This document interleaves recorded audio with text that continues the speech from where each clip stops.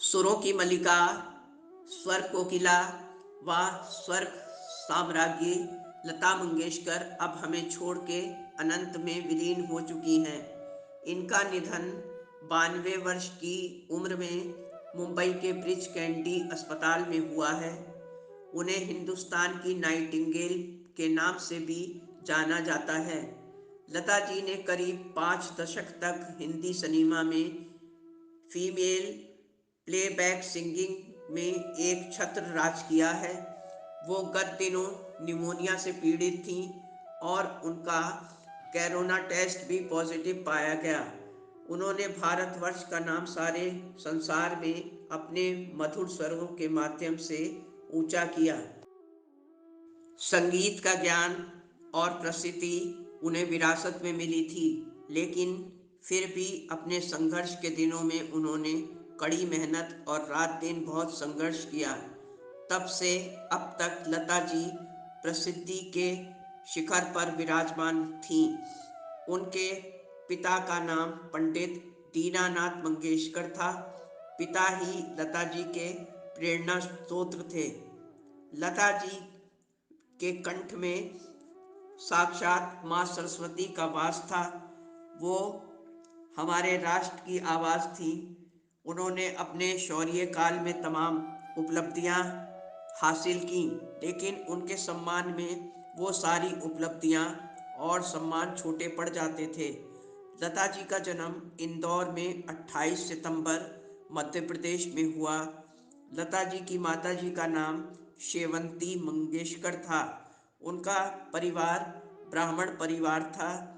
लता जी ने अपनी सुरीली आवाज़ से संपूर्ण दुनिया को अपना दीवाना बना लिया। लता जी के बचपन से ही गाने के शौक को देखते हुए पंडित दीनानाथ जी ने उन्हें शिक्षा दी संगीत की, और लता जी ने 30 से भी अधिक भाषाओं में गानों को अपनी आवाज़ दी। 1969 में उन्हें पद्म भूषण से नवाजा गया और पद्म विभूषण से उन्हें 1999 में उपलब्धि हासिल हुई।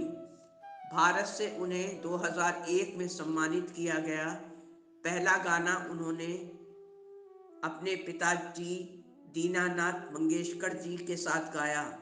1942 में 13 वर्ष की आयु में लता जी ने अपने कैरियर की शुरुआत की।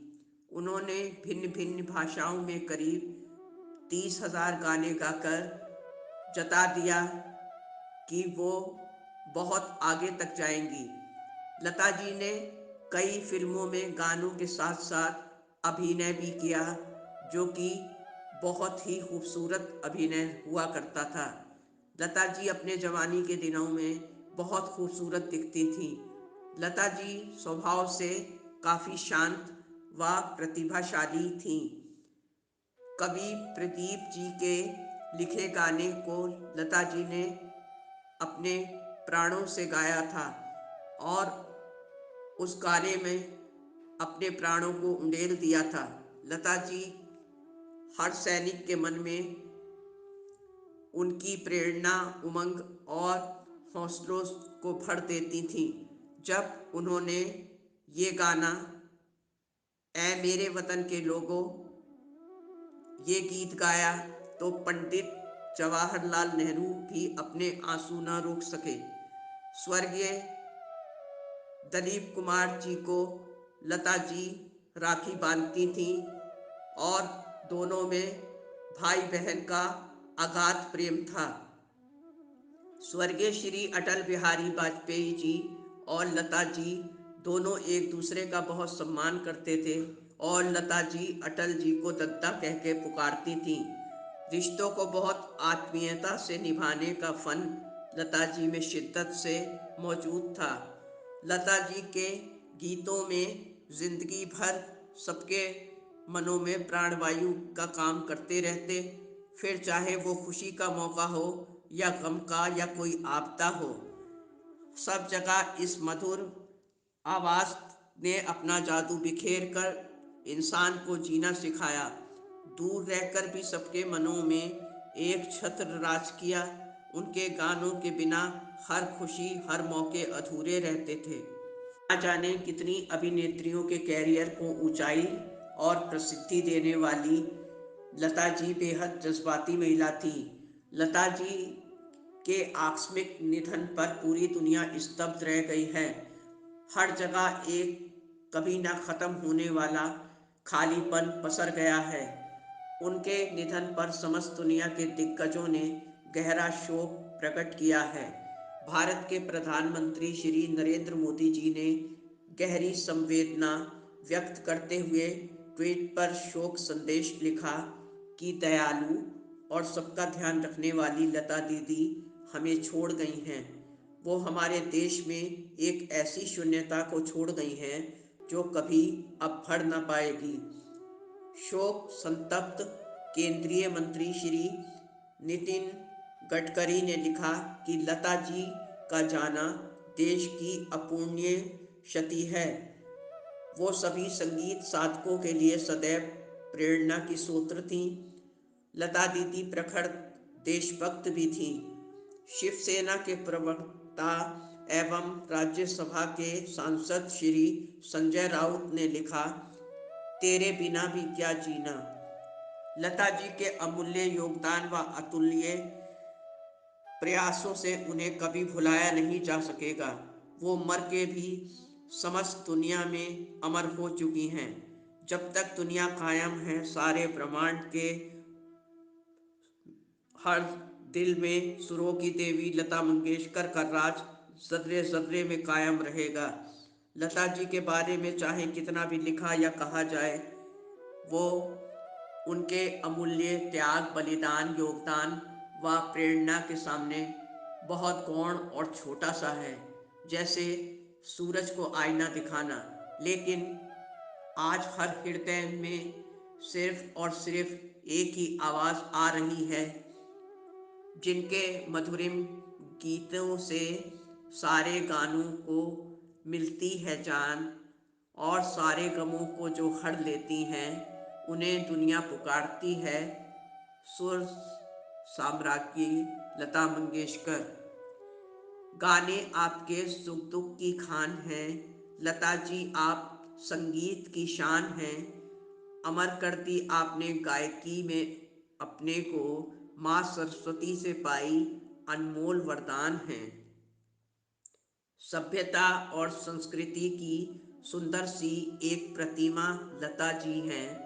सुंदर सी एक रीत हैं आप, और होठ जिसे हर युग में गाएं, ऐसा पावन गीत हैं आप, जिनके ऊपर साक्षात माँ सरस्वती की कृपा रहती है। दुनिया उन्हें साम्राज्ञी लता मंगेशकर कहती हैं। लता जी के गाने से गाने के स्वर मधुर हो जाएं, दरिया का पानी उन स्वरों से आग में बदल जाए। सुन ले जो इन मधुर स्वरों को, वो दोबारा जीवन पाए। कंठ विराजे माँ सरस्वती, जीवा पे श्री राम, युगों युगों तक अमर रहेगा लता जी आपका नाम। हजारों गीतों को देकर अपनी सुरमई आवाज़ जीता है लता जी आपने स्वर साम्राज्य का ताज।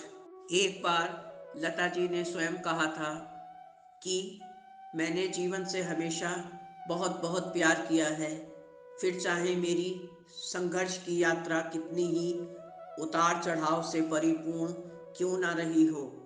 उनका मानना था कि किसी भी गुरु को दुखी करके उसके द्वारा दी गई शिक्षा का सदुपयोग कभी नहीं किया जा सकता। आजीवन अविवाहित रहने के बावजूद लता जी कभी तन्हा न रहीं। दुनिया का हर इंसान उनके दिल में एक शक्ति के रूप में उनसे जुड़ा रहा, और लता जी भी दुनिया के हर इंसान द्वारा चाही जाने वाली वो शख्सियत थी, जिन्हें यह सौभाग्य माँ सरस्वती ने खुद ही उनकी आवाज़ में उतरकर उपहार स्वरूप दे दिया था।